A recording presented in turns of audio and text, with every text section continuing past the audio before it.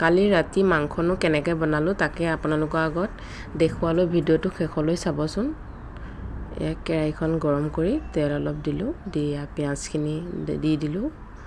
পিঁয়াজখিনি অলপ ৰাংচি হোৱালৈকে অলপ সময় ভাজি থাকিম।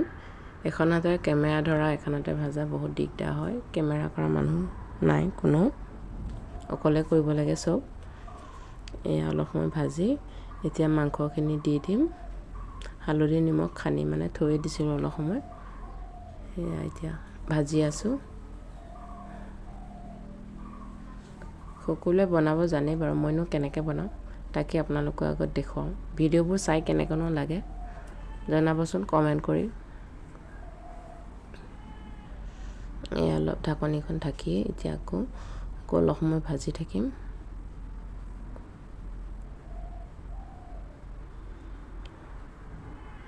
ভাজি আছোঁ।